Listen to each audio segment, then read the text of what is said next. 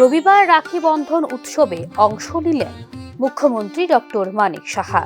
এদিন মুখ্যমন্ত্রীর সরকারি আবাসে তাঁকে রাখি পরিয়ে দেন ভারতীয় জনতা পার্টির মহিলা মোর্চার সদস্যরা।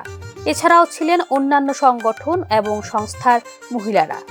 মহিলা সশক্তিকরণ এবং তাদের নিরাপত্তায় পাশে রয়েছে ভারতীয় জনতা পার্টি এবং সরকার বলে এদিনের রাখি বন্ধন উৎসবে অংশ নিয়ে জানিয়েছেন মুখ্যমন্ত্রী ডক্টর মানিক সাহা।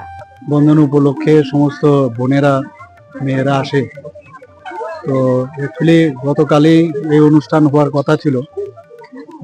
আপনারা সবাই জানেন যে আমাদের বিধানসভার মাননীয় অধ্যক্ষর যে একটা সমস্যা হয়েছে আপনারা সবাই জানেন। তো সেই কারণে গতকাল প্রোগ্রামটা করা যায়নি। তো আজকে এটা আমি করলাম আমার যে সরকারি বাসভবনে। তো মেয়েরা বোনেরা মায়েরা সবাই এসছেন এখানে এবং আমি আপ্লুত এবং ওনারা যেভাবে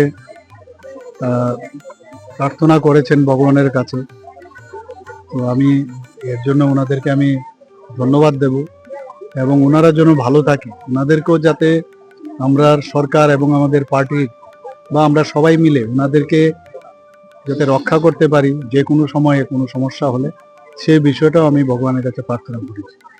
রাখি বন্ধন শুধুমাত্র একটি উৎসব নয়, এটি ভ্রাতৃত্ব, সম্প্রীতি ও ঐক্যের প্রতীক। এই উৎসব সমাজে সৌহার্দ্যের বার্তা ছড়িয়ে দেয় এবং আরও দৃঢ় করে আমাদের পারস্পরিক সম্পর্ককে বলে জানিয়েছেন মুখ্যমন্ত্রী ডক্টর মানিক সাহা।